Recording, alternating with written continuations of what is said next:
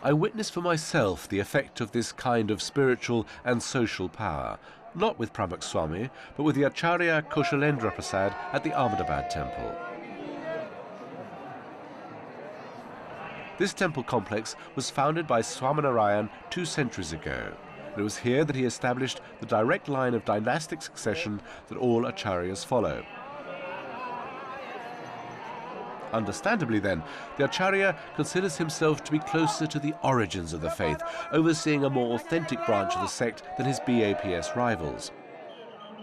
But he is careful not to claim for himself any godlike powers.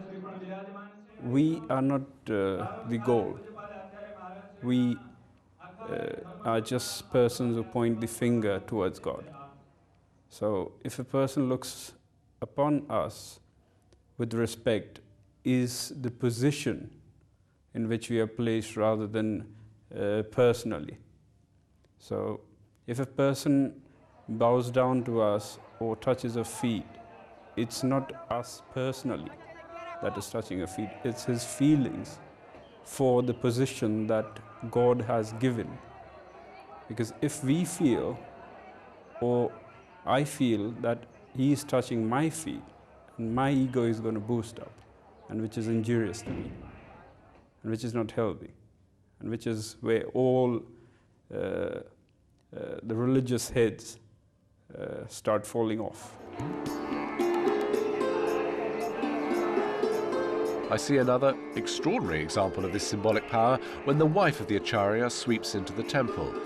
She is totally veiled, perhaps a better word would be tented, obeying Swaminarayan's command that women must be separated from men when they worship at the temple. Yet apart from this dramatic symbolism, the division of the sexes at acharya temples has become quite relaxed in modern times, whereas the division of the sexes at BAPS temples is much more strictly followed.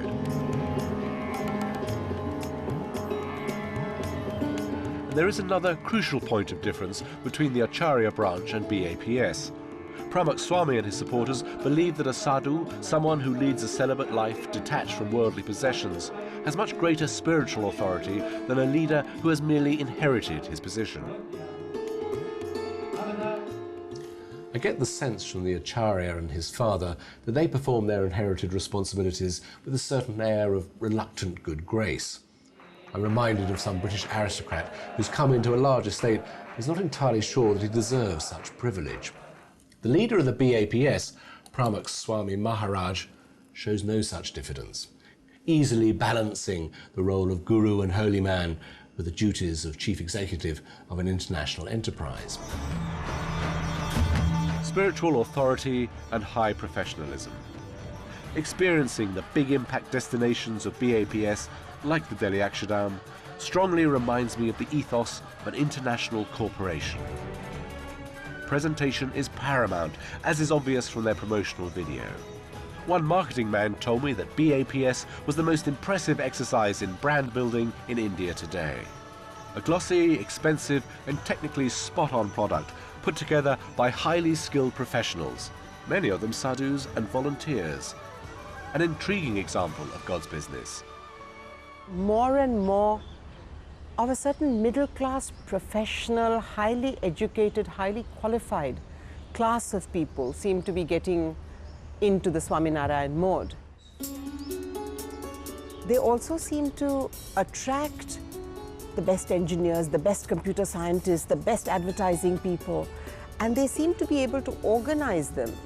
At several BAPS sites, these skilled professionals have put together animatronic exhibits of the Hindu heritage and Swaminarayan's life. There are IMAX movies and boat rides through history, just like a theme park. It's very much the Disneyland packaging of religion. And people love Disneyland and people love this. They love the Hindi movies. I mean, it's all part of the same wonderfully acute and astute packaging. You know, if you see in India, or if you see in Gujarat also, every village has a very small temple. Very simple temple. So the size of the temple, the glory of the temple, I think that is first time established in Gujarat by Swaminarayan sect in urban areas. So you see, oh, it's great. It's a tower of Hinduism.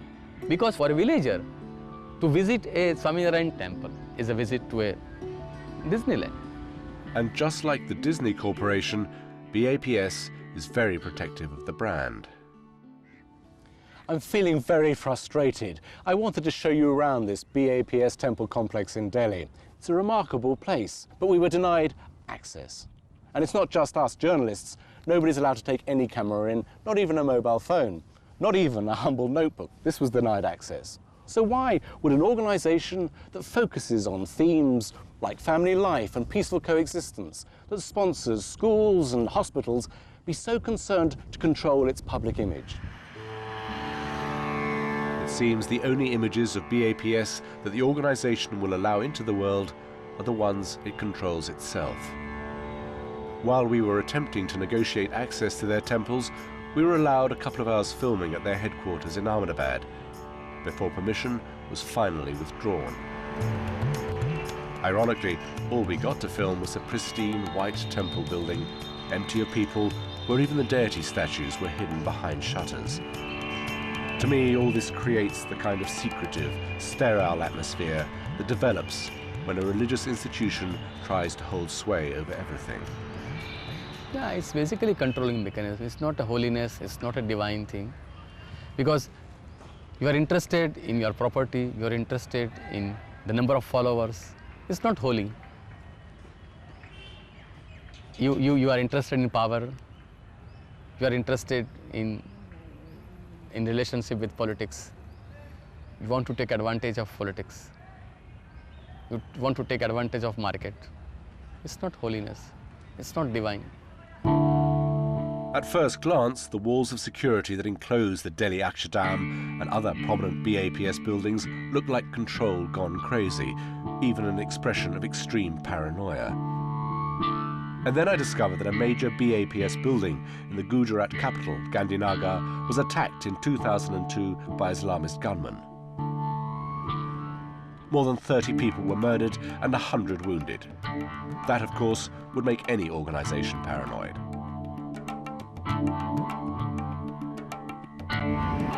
It emerges that the Gandhinagar attack was in revenge for terrible events 6 months before, in which Hindus across Gujarat had turned on their Muslim neighbors and killed at least 1,000. One more turn in the cycle of sectarian violence that has haunted India and notably Gujarat for generations. Pramukh Swami was quick to offer the hand of reconciliation to Muslims, to distance his sect from all violence. But some people argue, despite this rhetoric of peace, that the BAPS membership has grown worryingly close in its sympathies to the extreme Hindu nationalist wing of Indian politics. The basic tenet of Hinduism is Vasudhaiva Kutumbakam, the world is my family. And that's the furthest we are from. And what is considered my people is shrinking. So like within Islam, it's between Shias and Sunnis. Within the middle class of Indian society, it's the Patels against the so-and-so. Within the Patels, it's this Patel against that Patel. And you know, just our identity seems to be getting smaller and smaller in spite of the so-called global village. So moving into smaller We get more and more stressed out about the other. इस अक्षरधाम का निर्माण और आरंभ It is surely significant that the third major politician invited to the opening of the Delhi Akshardham alongside India's Prime Minister and President was L.K. Advani, a founding figure of the BJP. The BJP is the leading party of militant Hindu nationalism, frequently accused of fanning the flames of sectarian violence in Gujarat and beyond.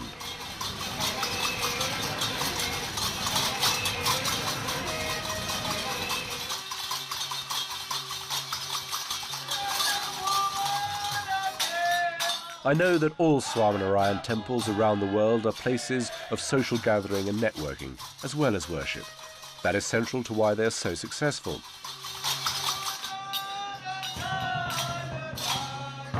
But there is always a danger, I believe, that if a religious centre becomes too much an arena for commerce and politics, then this can tip the balance between God's business and worldly business.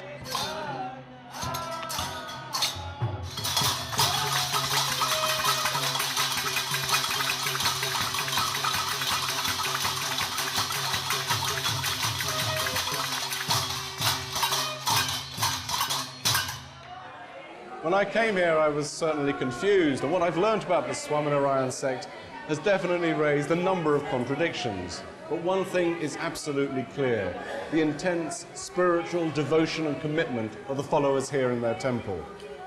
And it raises a concern for me that if you try and move from the local stage to the national or even international platform, then you're going to risk losing that intense spirituality when you try and indulge in political lobbying, modern marketing techniques, and the tight control of big corporate management.